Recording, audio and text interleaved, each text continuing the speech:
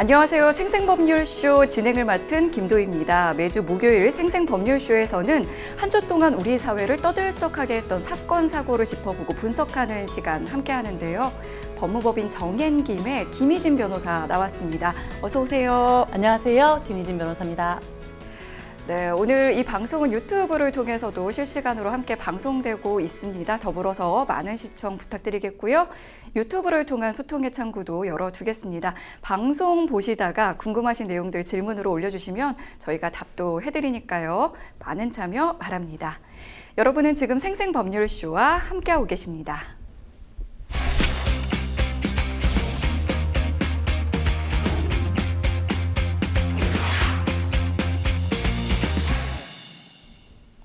화제의 중심에 있는 사건, 사고를 법률적 시각으로 살펴봅니다. 생생 키워드 시작하겠습니다. 먼저 첫 번째 키워드부터 살펴보겠습니다. 안타까운 사고가 또 발생했습니다. 무너진 고속도로, 오늘의 사건, 사고 키워드 첫 번째 키워드인데요. 그제였습니다. 서울 세종고속도로 건설 현장에서 교량 상판 붕괴 사고가 발생했습니다. 교량을 떠받치던 철 구조물이 무너져 내린 건데요. 현장에서 작업하던 작업자 10명 중 4명이 사망을 했습니다. 변호사님이 이 내용 어떠한 경위인지 자세히 알려주시죠. 네, 알겠습니다. 25일이죠. 오전 9시 49분경 안성시 서울 세종고속도로 천안 안성 구간의 천영정교 이 건설 현장에서 교각에 올려놓았던 상판 4~5개가 떨어져 내렸습니다. 이날 사고는 첫 번째 교각에서 두 번째 교각 사이에 상판을 설치하는 과정에서 네, 지금 영상이 나오고 있는데요. 일어났고 상판에서 작업하던 노동자 10명이 함께 추락했습니다. 네. 당시 현장이 찍힌 CCTV 영상에서는요, 불과 몇 초 만에 상판이 와르르 무너지고 상판을 옮기던 장비도 휘청 있는 모습이 고스란히 찍혔습니다. 구조에 나선 소방당국이 이날 오후 2시 21분경 마지막 실종자를 구조했지만 안타깝게도 이미 숨진 상태였습니다. 이날 사고로 추락한 10명 가운데 4명은 사망하고 5명이 중상, 1명이 경상을 입었습니다. 사고 현장은 참혹했습니다. 무너진 교량의 콘크리트 잔해와 철근이 어지럽게 뒤엉켜 있고요. 하천 곳곳에 끊긴 콘크리트와 철근 조각이 박혀 있습니다. 네, 이 목격자 그리고 인근에 살고 있는 주민들의 인터뷰도 좀 소식이 전해졌는데 그 당시에 굉장히 좀 큰 굉음이 들렸다고 하더라고요. 네, 목격자가 있었습니다. 교각 상판이 무너지기 바로 직전에 교량 아래를 그 지방도로 차를 타고 통과하던 운전자는 우르릉 쾅쾅 소리를 들었다고 합니다. 그래서 바로 직전에 거기를 네, 통과를 맞습니다. 했던 네. 거군요. 네, 불과 몇 초 전에 교량을 통과하고 바로 이제 대포 터지는 소리가 났다. 그래서 깜짝 놀라서 뒤를 돌아봤다. 이렇게 말을 했습니다. 이 운전자는요, 충북 진천에서 충남 천안으로 가고 있는 와중에 이러한 대포 소리와 함께 차량이 흔들릴 정도로 진동을 느꼈다고 합니다. 그래서 깜짝 놀라서 차를 멈춘 뒤 바라보니까 교각에 올라져 있던 콘크리트 상판이 무너져 내려서 뿌옇게 먼지가 내뿜고 있었다고 전했습니다. 이 차량의 후방 블랙박스에 찍힌 영상을 보면요. 해당 차량이 교량 아래를 지나가고 약 5초 뒤에 이 상판이 붕괴하는 모습을 볼 수 있습니다. 상판 3개가 네. 마치 무거운 빨래가 걸린 얇은 빨랫줄처럼 가운데부터 그냥 속절없이 이렇게 무너지면서 50여 미터 아래로 떨어진 것입니다. 마치 엿가락이 휘어져 내린 모습이랑 유사하게 보이기도 하죠. 그래서 블랙박스 영상에서는 다른 차들도 교량 아래로 지나가다가 사고를 발견하고 속도를 줄이는 모습도 담겨 있습니다. 해당 운전자는 교각 아래 지방 국도로 평소에 차량의 통행이 굉장히 많다라고 하면서 네, 맞습니다. 그래서 아까 말씀한 것처럼 몇 초라도 늦게 교량을 통과했더라면 어떻게 될지 상상조차 하기 어렵다, 끔찍하다. 라고 했습니다. 그래서 또 다른 인근의 주민도 이 소리를 들었는데요. 네. 야근하고 들어와서 자고 있는데 이분은 갑자기 폭탄 터지는 소리가 들렸다라고 했습니다. 그래서 창문도 심하게 흔들렸고요. 그래서 혹시 지진이라도 난가 싶어서 기상청에 전화를 했더니 지진이 난 것이 없다 이렇게 얘기를 해서 밖으로 나가봤더니 다리가 무너져 있었다라고 당시 상황을 전하기도 했습니다. 네, 이 철골 구조물의 그 하중이 뭐 상당했을 테니까 그 주변에도 진동이나 또 그 소리가 엄청 컸던 것 같은데요. 이 사고가 발생한 서울 세종고속도로가 전체가 134km입니다. 안성에서 구리까지의 수도권 구간과 세종에서 안성까지 이렇게 비수도권 구간으로 나뉘는데요. 수도권 구간은 지난 1월 1일에 개통이 전면됐고 지금 이제 비수도권을 지금 공사를 하던 중에 지금 사고가 발생한 건데 정확한 사고 원인은 아무래도 좀 시간이 걸리겠죠. 그렇습니다. 사고 현장 주변의 CCTV와 인근 차량의 블랙박스에는 이 붕괴 순간이 담겨 있었습니다. 건설 중인 다리 위에서 그 파란색 크레인, 네. 커다란 크레인이 이렇게 이동을 하던 중에 갑자기 한쪽 상판이 내려앉았고요.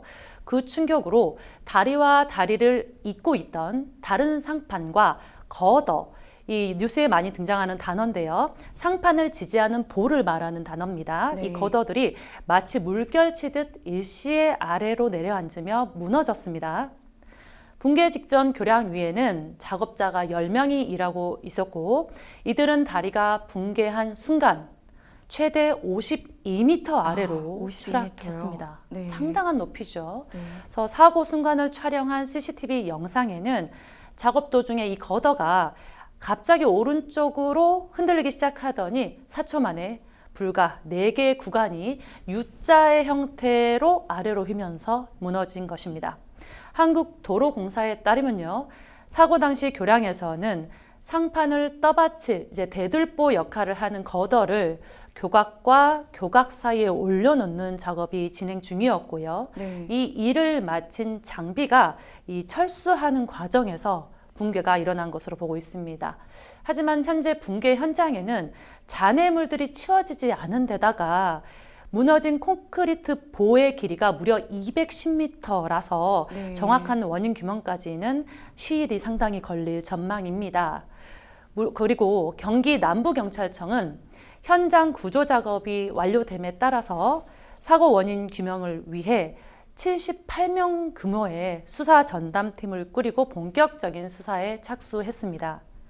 경찰은 시공사 관계자 등을 상대로 참고인 조사를 진행 중이고요.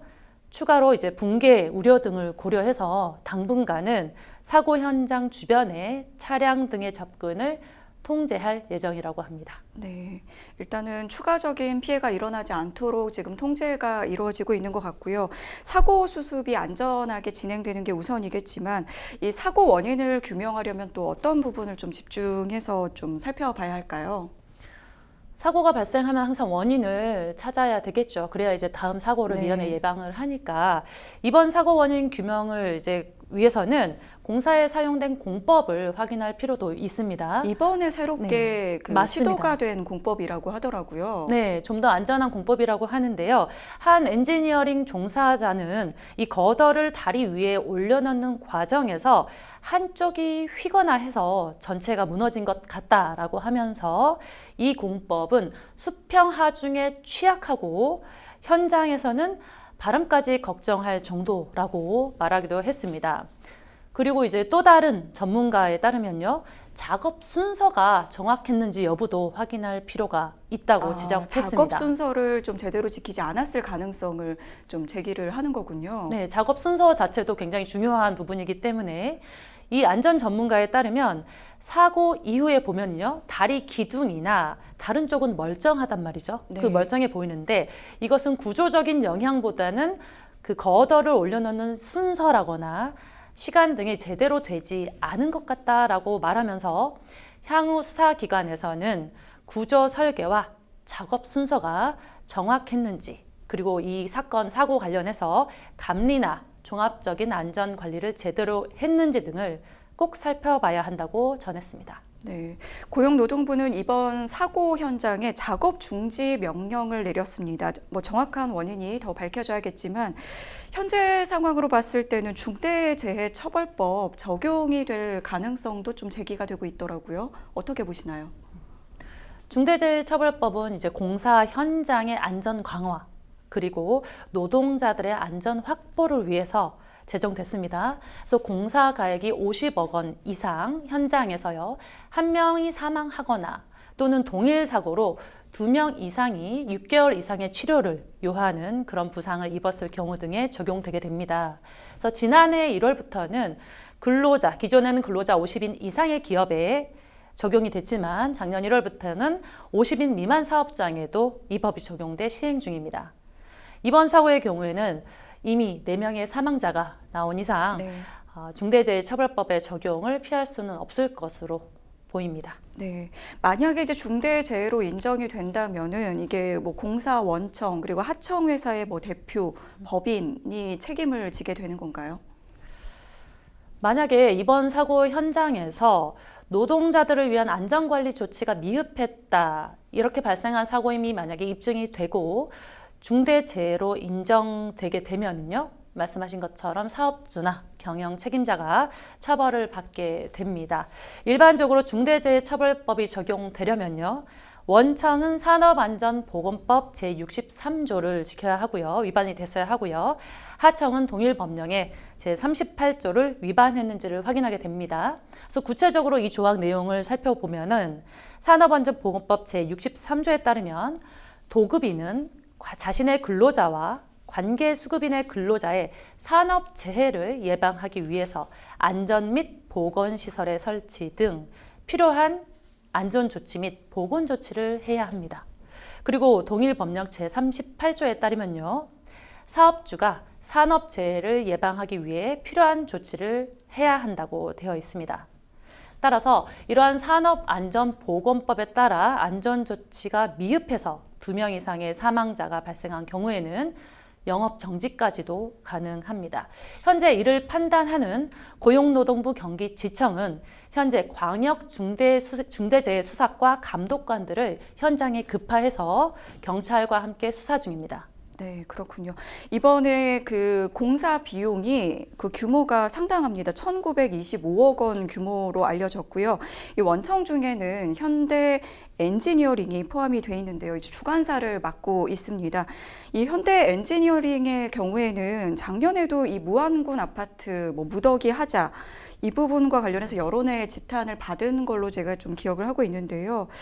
다리가 이렇게 좀 건설 중에 무너지는 건 좀 저희가 뭐 후진국형 사고다 이렇게 표현을 하는데 너무 좀 안타깝습니다. 이렇게 4명의 사망자까지 발생을 했고 사상자도 참 많은데요. 어떻게 보시나요? 이러한 사고들이 앞으로도 좀 발생하지 않으려면 어떤 점이 좀 개선돼야 될까요?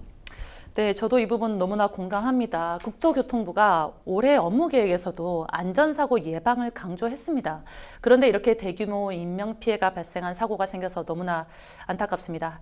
만약에 말씀하신 것처럼 과실 여부가 드러나게 된다면, 즉 뭐 인재에 의한 사고다 이렇게 판명이 된다면 책임자나 관련 기관에 대한 처벌 수위가 상당히 높을 것으로 예상이 됩니다. 네.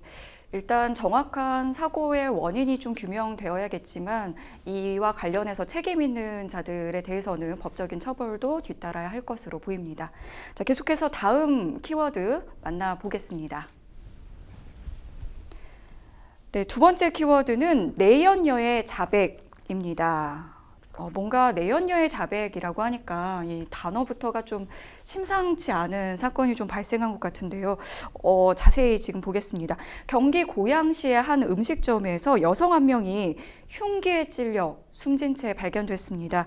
피의자인 50대 여성은 남녀 관계에 의한 범행이라고 자백을 했는데요. 이건 또 어떤 내용인지 알려주시죠. 네, 자세한 사건 경위부터 말씀드리겠습니다.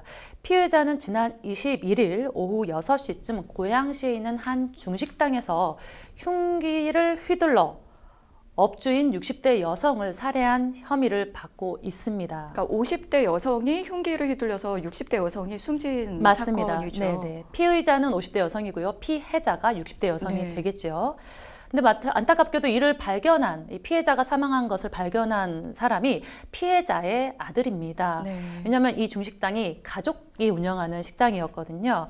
그래서 이 피해자의 아들이 중식당의 룸에서 어머니가 흉기에 찔려 쓰러져 있고요. 그 옆에 어떤 여성도 함께 쓰러져 있다. 이런 내용으로 112에 신고를 한 겁니다. 네. 그래서 출동한 당국이 현장에 도착해서 보니까 피해자는 목에 심한 중상을 입고 이미 숨져 있는 것을 확인했고 그 옆에서 이제 손을 다친 채 쓰러져 있는 이 50대 여성 피의자를 발견해서 인근 병원으로 옮긴 겁니다. 발견 당시에는 그러니까 두 여성 모두 쓰러져 있는 것처럼 보였겠군요. 네, 맞습니다. 네, 맞습니다. 그 부분이 이제 포인트인데 수사 초기에 경찰은 당연히 2명의 50대, 60대 여성이 중식당의 룸에 네, 쓰러져 네, 네. 있으니까 이게 무슨 일이냐. 혹시 제3의 인물이 이 중식당에 침입을 해서 이 두 여성에게 범행을 저지르고 도망하거나 도주했다라고 의심할 수 있죠. 네네, 그래서 제3자가 이제 그렇게 한 게 아니냐 이렇게 좀 의심을 했을 만한 정황이 있네요. 그렇죠. 항상 그걸 염두에 둬야 되니까. 그래서 이 가능성을 염두에 두고 주변의 CCTV 등을 다 살펴를 봤습니다. 그런데 이제 범행 현장에 제3자가 드나든 흔적이 전혀 없었던 겁니다. 아, 그래요? 네. 그래서 이에 따라서 경찰은 현장에 있던 사망한 60대 여성이 아닌 그 다쳐 쓰러져 있던 50대 여성을 유력한 살해 용의자로 보고 수사를 했던 겁니다. 네네. 그래서 이제 경찰 조사 결과 이 여성이 숨진 피해자 남편의 내연녀인 것으로 파악됐습니다. 즉 이 사건은 내연녀가 본처를 살해한 사건인 것이죠. 네, 그래서 그렇군요. 60대 여성을 살해한 혐의로 체포된 이 피해자는 남녀관계 때문에 살인을 저질렀다면서 범행의 일체를 시인을 했습니다. 경기 북부경찰청은 24일 고양시 소재의 중식당에서 발생한 이 여주인 살해 사건과 관련해서 이 50대 여성을 살인 혐의로 체포했다라고 밝혔습니다. 네, 그러면 좀 궁금한 게 그 50대 그 피의자분은 그 당시에 쓰러져 있었다고 하는데 그러면 뭐 범행을 저지르고 나서 어떻게 그 스스로를 뭐 좀 해치거나 그랬던 걸까요? 그러니까 범행을 저질렀는데 왜 이 여성은 도망치지 않고 쓰러져 있느냐. 네. 이 부분이 굉장히 의문스러울 수밖에 없죠. 네. 그래서 피해자인 이 여성이 어떻게 했느냐. 범행 후에 지적하신 것처럼 다량의 수면제를 복용한 겁니다. 아, 그래서 네. 현장에서 혼수 상태로 발견이 된 거죠. 피해자가 숨진 피해자 옆에 쓰러져 있던 이유가 바로 그가 범행 후 스스로 수면제 계열의 약을 먹었기 때문으로 파악이 됐습니다.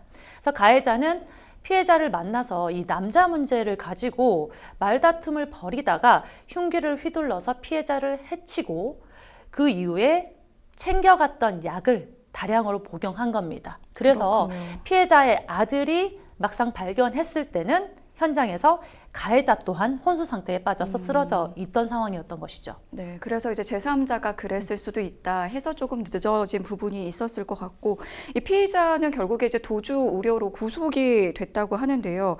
미리 흉기를 준비해서 식당을 찾았던 걸로 지금 알려졌는데 그렇다면 이거 계획 범죄라고 봐야 하지 않을까요? 맞습니다. 이 부분 짚어서 네네네. 넘어가야 됩니다. 네네. 피해자는 사건 당일 흉기를 들고요. 미리 준비한 것이죠. 들고 피해자 가족이 운영하는 식당에 찾아갔습니다. 형법 제250조에 의하면요. 살인을 저지르는 경우에는 사형에서 무기징역 그리고 최소 5년 이상의 징역에 처하게 됩니다. 그런데 이제 형량은 죄질에 따라서 감경되거나 가중되기 마련이죠. 단순히 순간적인 감정 폭발에 의한 우발적 살인의 경우가 아니라 이번 사건처럼 살해하고자 하는 목적을 가지고 계획을 짜고 흉기, 무기를 가지고 네네. 그대로 실행하는 계획적 살인의 경우에는 범죄의 위험성과 비난 가능성이 더 크죠. 그래서 이 경우에는 특별 가중 요소로 인정이 돼서 더 중한 처벌을 받게 되는 겁니다. 그래서 범행을 치밀하게 계획하고 준비한 것 자체가 그 죄질이 더욱 불량하게 평가되기 때문인데요.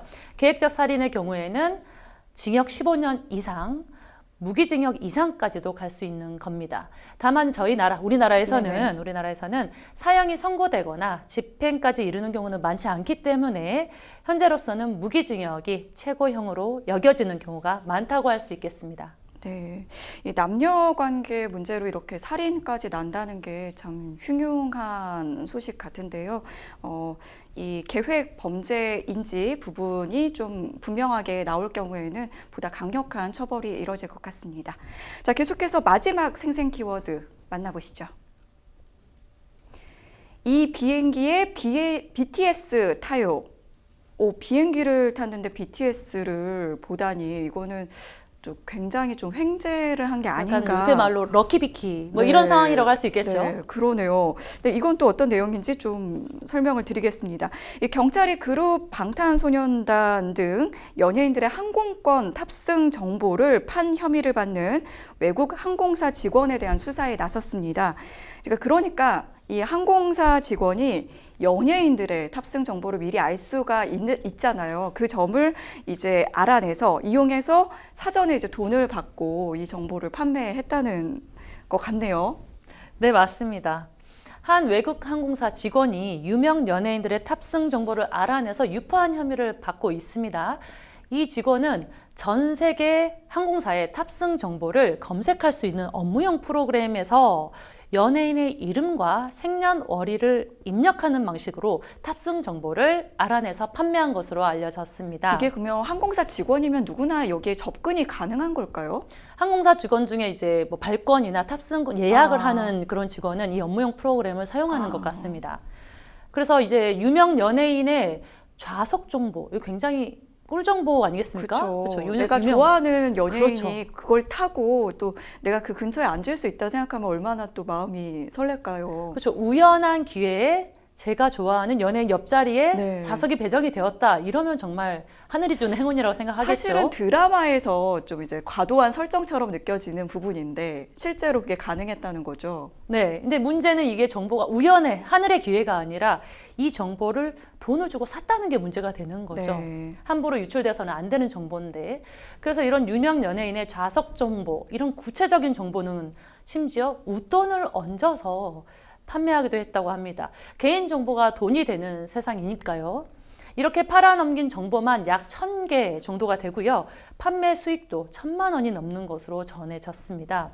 이 항공사 직원이 처음부터 이런 범행을 한 것은 아니고요. 네. 지인의 부탁으로 금전적인 대가 없이 이러한 정보를 넘겨주다가 차차 이게 돈을 받으면서 돈이 되는구나. 그렇죠. 네네. 판매하게 됐다고 진술을 했습니다. 근데 이제 문제는 이 사건 외에도 온라인상에 여전히 유명 연예인들의 항공권 정보가 지속적으로 유출되고 있어서 경찰이 추가적으로 항공권 정보를 유포하고 돈을 받는 이들을 추적하는 것으로 알려졌습니다. 네. 그런데 이처럼 이제 항공권 정보를 불법으로 취득하고 거래하는 일이 종종 좀 있나 봐요. 어떤가요? 비행 정보의 불법 판매의 피해는 심각했습니다. 실제 트위터나 텔레그램 등에서 항공권 정보, 뭐 항공편 이렇게 몇 개 단어만 검색을 해봐도요. 비행 정보 판매 게시물이 수십 건씩 올라와 있습니다. 네네. 네. 저렇게 지금 카톡으로 구매 원하시나요? 이렇게 하면은 확실한 건가요? 얼마인가요? 이렇게. 그러면 확실합니다. 네, 원하시는 항공권 말씀해 주세요. 이렇게 뜨네요. 네, 저렇게 단순하게 카톡으로도 저렇게 구매가 가능한 거죠. 너무 손쉽게 이루어지는 겁니다. 그래서 연예인들이 그간 항공권 개인정보 유출로 피해를 입어왔습니다. 이런 정보가 노출돼서 사생팬, 요새 말로 이제 극성팬이라고 네네. 하죠. 이런 팬들이 같은 항공기에 탑승을 하고요. 몰래 이제 연예인들을 촬영을 하거나 도찰도 하고. 네, 근접 접촉을 시도하기까지 했다고 합니다. 네. 네, 이뿐이 아닙니다. 항공 예약을 취소해서 이제 공연 등 일정을 방해하기도 해가지고 손해가 많이 발생하고 있습니다. 이런 경우가 빈번하게 일어나는데요. 출입국 시간을 유포를 해서 팬들이 공항에 몰려서 물리적인 사고로도 이어졌습니다. 아이돌 중에서는 그룹 엔하이픈, 투모로우바이투게더 등 유명 연예인들이 항공권 정보 유출에 따른 피해를 호소하고 있는 것으로 알려졌습니다. 네. 지난해 6월에는 네네. 이 연예인들의 항공권 정보를 매매해서요, 수천만 원에서 무려 수억 원에 달하는 수익을 챙긴 일당이 검찰에 송치됐습니다.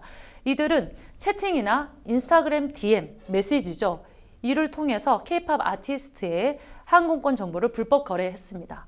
불법 거래된 정보 내용은 연예인의 좌석 정보 혹은 기내식, 특별식 같은 걸 주문할 수 있는 거니까 기내식 등으로 이 구매자들은 이러한 정보를 활용해서 임의로 변경하거나 항공권 예약을 취소하는 데 사용한 것으로 확인됐습니다. 네. 저희가 앞서 이제 그 처음에 이야기 나눌 때는 이제 저희가 뭐 좋아하는 연예인들의 뭐 옆자리에 앉거나 이런 생각을 했을 때는 좀 설레긴 했지만 반대로 생각하면 연예인들의 그 일거수일투족이 다 이렇게 드러나고 사실 스토킹 행위로 이어질 수도 있고 또 이 정보가 유출이 되면은 그 공항에 사람들이 갑자기 몰리면서 또 사고가 발생할 수도 있잖아요. 굉장히 좀 기내에서는 이 정보가 절대로 알려지면 안 될 것 같은 그런 정보들인데 이 유명인 탑승 정보를 팔아 넘긴 외항사 직원에게는 그럼 어떤 혐의가 좀 적용이 될까요? 이 직원의 경우에는 정보통신망법 위반의 혐의를 받게 됩니다. 누구든지 정보통신망을 통해서 취득한 타인의 비밀을 정당한 권한 없이 누설하거나 이용해서는 안 됩니다. 네. 여기서 이제 타인의 비밀이라 함은 일반적으로 공개되지 않은 중요한 정보로 개인의 신상, 재산, 직업적 지위, 건강 상태 등 광범위한 내용을 포함합니다. 그래서 항공권 정보도 이에 해당하게 되겠지요. 네. 그래서 이를 위반하는 경우에는 5년 이하의 징역 또는 5천만 원 이하의 벌금에 처해지게 됩니다. 네. 어떻게 보면 직업상으로도 이제 반드시 그 유지해야 되는 어떤 비밀 유지 의무 같은 게 좀 있지 않나 싶기도 한데 관련해서 이렇게 적절한 좀 처벌이 있어야 할 것 같습니다. 자, 지금까지 생생 키워드 만나봤고요. 저희는 잠시 후에 뉴스픽스로 돌아오겠습니다. 여러분은 지금 생생 법률 쇼를 시청하고 계십니다.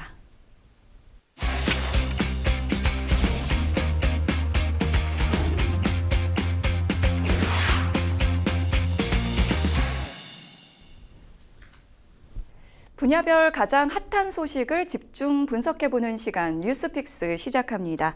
매주 목요일에는 주요 사건, 사고 이슈들을 짚어보고 있는데요. 오늘 만나볼 첫 번째 주제는 경찰관 공격한 흉기 난동범 실탄 맞고 사망입니다. 네, 광주 도심에서 발생한 일입니다. 이 출동한 경찰에게 흉기를 휘두른 50대 남성이 있었는데요. 이 50대 남성, 경찰이 쏜 실탄에 맞고 사망했습니다.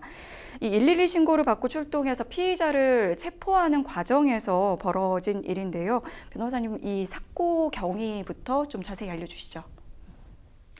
지난 26일 오전 3시 10분경입니다. 새벽이죠. 네. 광주 금남로에 있는 한 골목에서 종이 가방을 든 남성이 여성 2명을 뒤따라갔습니다.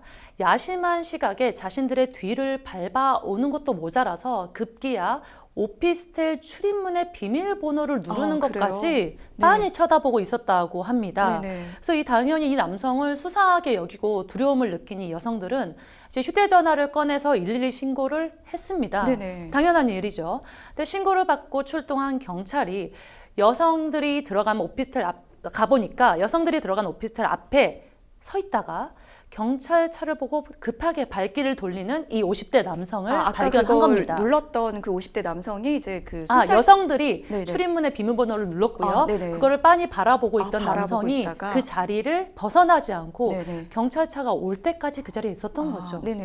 네, 그래서 경찰차를 보고서야 그때서야 발길을 돌린 겁니다. 네네. 근데 이제 수상하게 느낀 경찰관들이 차에서 내려서 말을 걸었죠. 그랬더니 이 남성이 갑자기 종이 가방에서 흉기를 꺼내 들고 경찰관에게 달려든 겁니다. 네네. 그래서 이 공격을 받은 경찰관이 경감이었는데요. 이 경감은 이 남성의 공격을 받고 쓰러졌어요. 그래서 다시 일어나려고 하는 사이에 남성은 경찰관이 2명이 같이 출동을 하는데 경감 한 분하고 순경 한 분이 이 남성이 경감이 쓰러져 있는 틈을 타서 옆에 있던 순경에게 다시 달려들었다고 합니다. 그래서 경감이 총을 들어서 제지하려고 했으나 남성은 계속해서 흉기를 휘둘렀고요.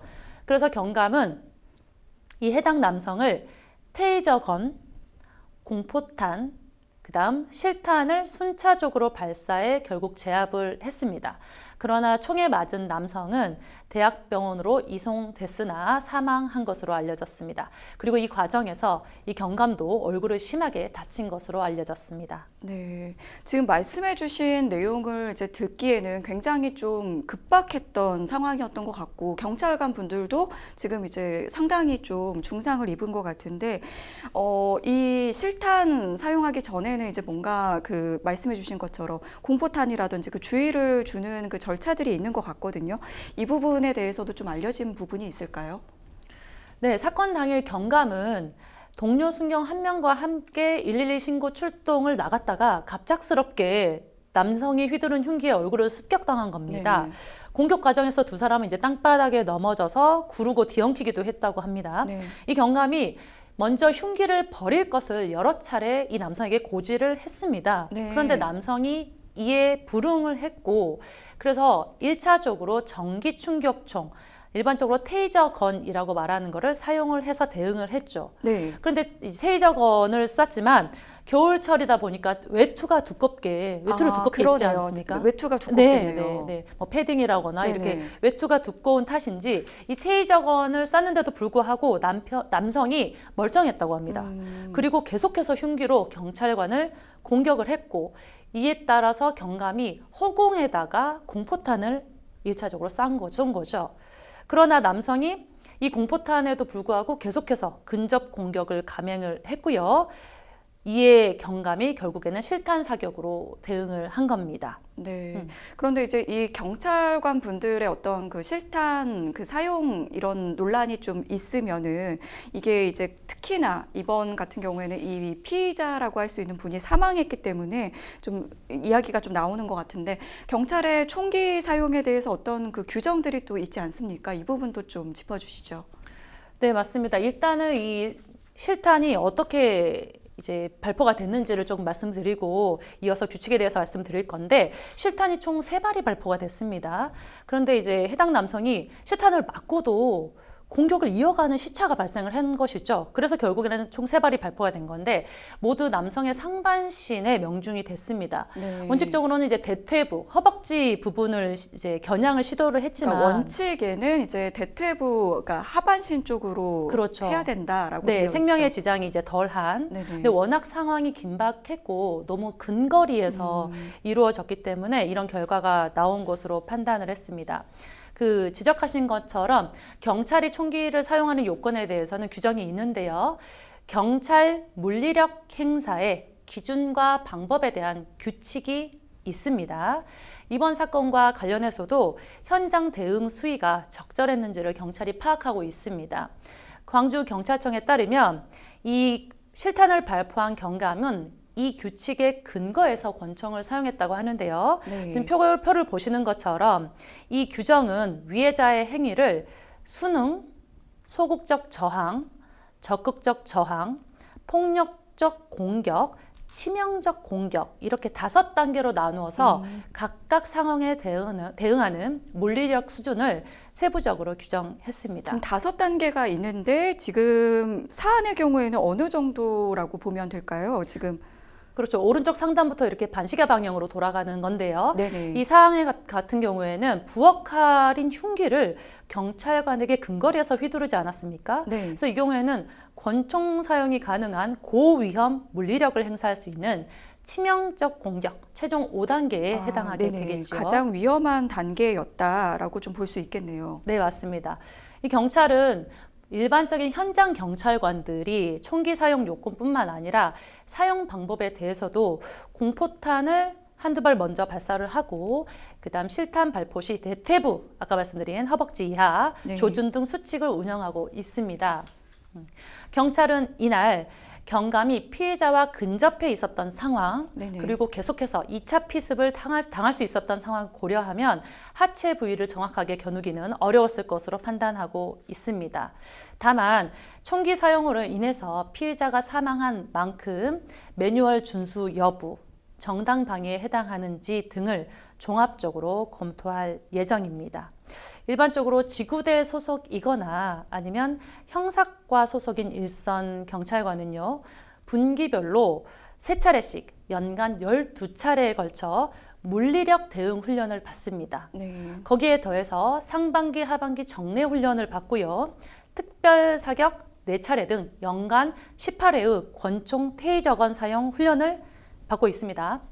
그래서 광주경찰청 관계자는요, 이번 사건은 피의자의 치명적 공격에 따른 정당한 물리력 행사로 네네. 인해서 일어난 것이고 경찰관은 고지 등 관련 조치를 따랐다라고 설명하면서 피해자 사망이라는 안타까운 사고가 비록 발생은 했지만은 정당한 공무 수행, 법 집행 과정에서 발생한 사건이라고 하면서 현장에서 이렇게 조치한 동료들이 또 다른 피해를 입지 않도록 지휘부가 중상경찰관에 대해서 피해자 보호 지원을 비롯한 각별한 관심을 부탁드린다고 밝혔습니다. 네, 사실 얼굴을 이제 공격 당한 걸로 그 경감 일하는 그 경찰관 분도 지금 상당히 중상을 입은 걸로 알려져 있는데 이 사건 이후로 또 이제 그 작년에도 사실 경찰 테이저건에 맞은 50대 피의자가 사망한 사건이 저는 이제 좀 떠올랐는데요. 그 당시에는 해당 경찰에게 어떤 뭐 징계라든지 문책이 있었는지도 궁금해지더라고요. 어땠나요, 그 당시에는? 먼저 해당 사건 잠깐 정리를 해드리면요. 피해자는 지난해 4월 광주의 한 아파트에서 별거 중이던 가족의 집으로 찾아갔습니다. 근데 미리 흉기를 준비하고 아파트 계단에 숨어 있었던 것이죠. 네. 그래서 퇴근하고 외출하고 돌아온 30대 딸에게, 자신의 딸에게 흉기를 들이대며 함께 집 안으로 들어갔습니다. 그래서 생명의 위협을 느낀 딸이 살려달라고 연신 외쳤고 네. 이 소리를 들은 방 안에 있던 30대 아들이 나왔던 것이죠. 이제 거실로 나오니까 이 피의자랑 아들이 대치하는 상황이 된 겁니다. 자신의 딸을 또 위협을 위협을. 하고 있다가 아들까지. 네, 아들이 나오니까요. 네네. 이제 아들이 이제 왜 그러냐고 했겠죠. 그래서 이제 네네. 둘이 대치를 하니까 이 딸이 그 틈을 타서 탈출해서 경찰에 신고를 했던 겁니다. 네. 그래서 이 피해자가 그 사이에 경찰이 오기 전에 아들에게 흉기를 휘둘렀습니다. 그래서 경찰이 현장에 도착을 했을 때는 피해자가 이미 피를 흘리며 쓰러져 있는 피해자, 즉 자신의 아들이죠. 네네. 아들의 몸 위에 올라탄 채 흉기를 손에 쥐고 있었다고 합니다. 그래서 경찰이 총기와 테이저건을 겨누면서 흉기를 버려라 라고 지시를 했지만 이 피해자는 쏴볼 테면 쏴봐라 라는 식으로 불응을 했다고 네네. 합니다. 그래서 이 경찰이 바라보기에는 이미 피해자가 누워서 피를 흘리고 쓰러져 네네. 있지 않습니까? 그리고 이미 피의자의 손에는 여전히 흉기가 쥐어져 있고 그래서 피해자의 생명이 위태롭다고 판단을 한 거죠. 그래서 경찰은 테이저건은 한 발을 발사를 해서 이 피의자를 검거했습니다. 그래서 피의자와 피해자가 이제 같이 있었기 때문에 총기는 발포하지 않았고요. 네네. 그래서 살인미수 혐의로 긴급 체포된 이 피해자는 경찰서로 옮겨져서 조사를 받던 중에 갑자기 호흡곤란을 호소하며 쓰러졌습니다. 네. 그래서 곧바로 병원으로 옮겨졌지만 그날 오후에 7시 30분쯤 숨진 겁니다. 당시 경찰이 혹시 피해자에게 사용한 테이저건에 이상이 있는지 확인을 했지만 네. 전압이나 전류 등을 확인한 결과 정상 범위로 파악이 됐습니다. 그냥 적정 범위 내에 그냥 그 테이저건이었는데 네. 그렇게 또 돌아가셨군요. 네, 그렇죠. 네네. 사망의 결과가 온 거죠. 그래서 경찰이 이 피해자 생명이 오갈 수 있는 급박한 상황에서 테이저건을 사용한 거기 때문에 네. 관련자에 대한 문책은 하지 않기로 했습니다. 그런데 이 피해자가 급성 심장사를 일으켰기 때문에 이것은 심근병증 기저질환과 골절, 흉통 등 급성 심장사의 여러 요인이 종합적으로 작용한 것이라고 설명을 했습니다. 네. 그러니까 얼마 전에도 출동한 경찰에게 흉기를 휘두른 남성이 징역형 집행유예를 선고받는 일이 또 있지 않았습니까? 이 부분도 좀 알려주시죠. 네. 극단적 선택을 하겠다고 소동을 벌이다가 이를 제지하기 위해 출동한 경찰관을 흉기로 위협한 40대 남성이 있습니다. 이 남성이 징역형의 집행유예를 선고받았습니다.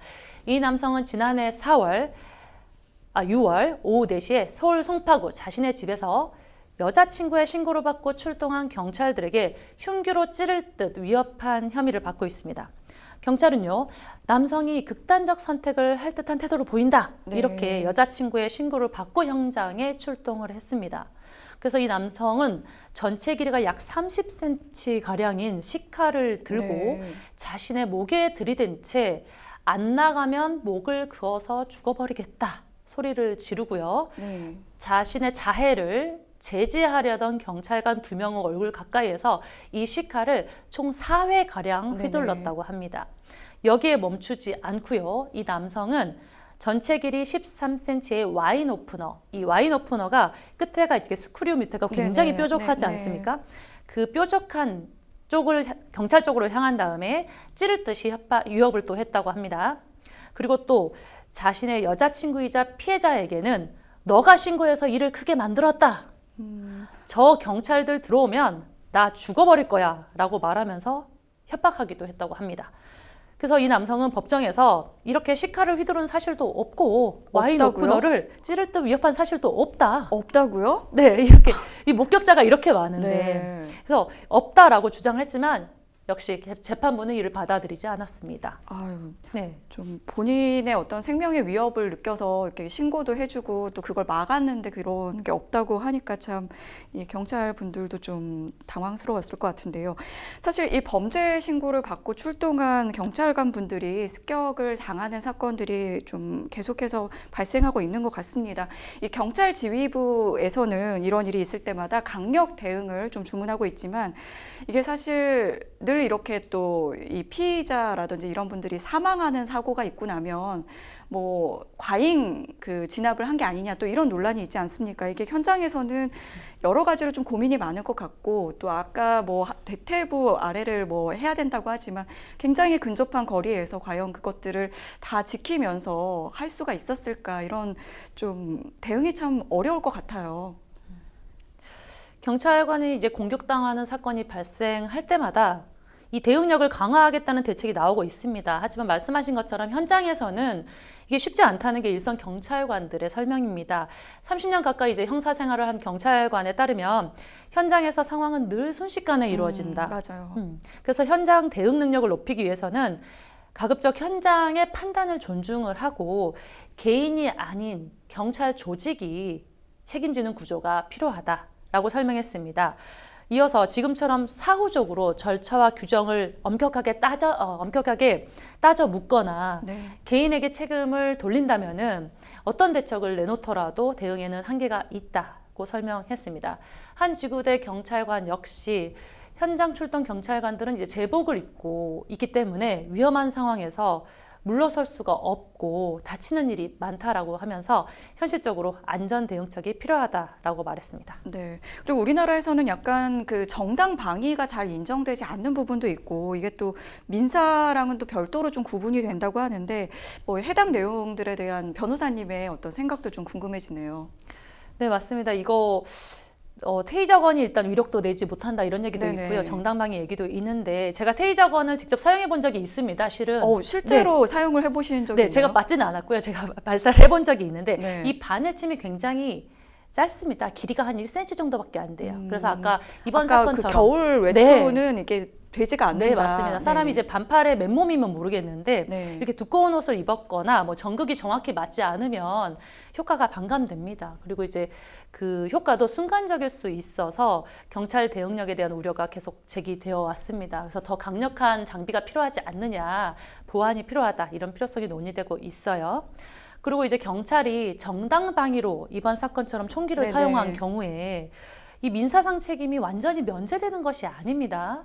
물론 형사적으로는 정당 방위가 인정되면 처벌 자체는 면하게 되겠지만 네. 피해자가 상해를 입거나 사망하는 경우에는 이 유족이 손해배상을 청구할 수 있습니다. 다만 공무원의 직무수행 과정에서 발생한 거기 때문에 국가배상 책임이 적용될 수 있을 것입니다. 그래서 총기 사용 규칙도 이제 완화해야 한다 이런 주장이 있지만요, 신중하게 접근해야 됩니다. 경찰의 대응력을 높이기 위해서 완화할 필요가 있지만 동시에 시민의 생명권 보호, 무리한 공권력 행사를 방지하는 장치도 마련되어야 할 것입니다. 네, 계속해서 저희 뉴스픽스 두 번째 주제로 넘어가 보겠습니다. 뉴스픽스 두 번째 주제는 소방관 현관문 수리비 배상 논란입니다. 인명 구조를 위해서 소방관 분들이 그 화재 현장에서 갑자기 이제 그 현관을 뜯고 이게 그 안에 들어가야 할 만한 사건들이 있잖아요. 이럴 때는 이제 누가 수리비를 물어야 하나 이런 부분이 좀 쟁점이 될 수 있는데 지난달에 이제 그 광주의 한 빌라에서 화재가 발생을 했습니다. 그 빌라에 들어가서 이제 소방관 분이 인명 수색을 위해서 이 현관문을 강제로 개방을 했는데 그 이후에 입주민들이 소방서에 배상 비용을 요청을 했다고요. 네, 그렇습니다. 지난 1월 11일 오전 광주의 4층짜리 빌라에서 2층 세대에서 화재가 발생을 했습니다. 그래서 진화를 하고 이제 혹시라도 피해자가 있는지 인명 피해가 있는지 네네. 수색 작업에 나선 소방관들이 아무리 문을 두드려도 대응이 없으니까 네네. 이 응답이 없는 6세대의 현관문을 강제 개방한 겁니다. 네, 안에서 사실 또 연기를 많이 마셔서 인기척을 못할 수도 있으니까. 네, 쓰러져 있을 수도 있고 네네. 하니까요. 그래서 이 6세대의 현관문과 잠금 장치를 파손을 했고요. 총 508만 원 상당 재산 피해가 났는데 이에 대해서 입주민들이 소방서에 배상 비용을 요청한 것입니다. 보통은 이게 인명 구조를 위해서 사람을 살려야 되는데 그런 순간에 어쩔 수 없이 이렇게 그 기물을 파손하게 되는 경우가 있을 것 같거든요. 그럼 이제 보통 누가 배상을 합니까? 화재 현상에서 이제 소방 활동 도중에 발생한 물질적 피해는 1차적으로는 불이 난 세대, 네. 불이 난 세대주가 가입한 민간 화재 보험을 통해서 보상을 합니다. 그런데 이번 화재 사건의 경우에는 처음 불이 난 세대주가 화재보험에 가입하지 않았을 뿐만 아니라 네, 화재보험 가입을 안 했고요. 네. 그 화재로 사망을 하게 돼서 구상권 청구조차 어려운 상황이죠. 네. 현관문이 파손된 6세대 역시 화재보험에 가입되지 않은 것으로 파악이 됐습니다. 그래서 이 외에는 소방서가 가입한 행정배상 책임보험이 있는데요. 이 역시도 조건이 있습니다.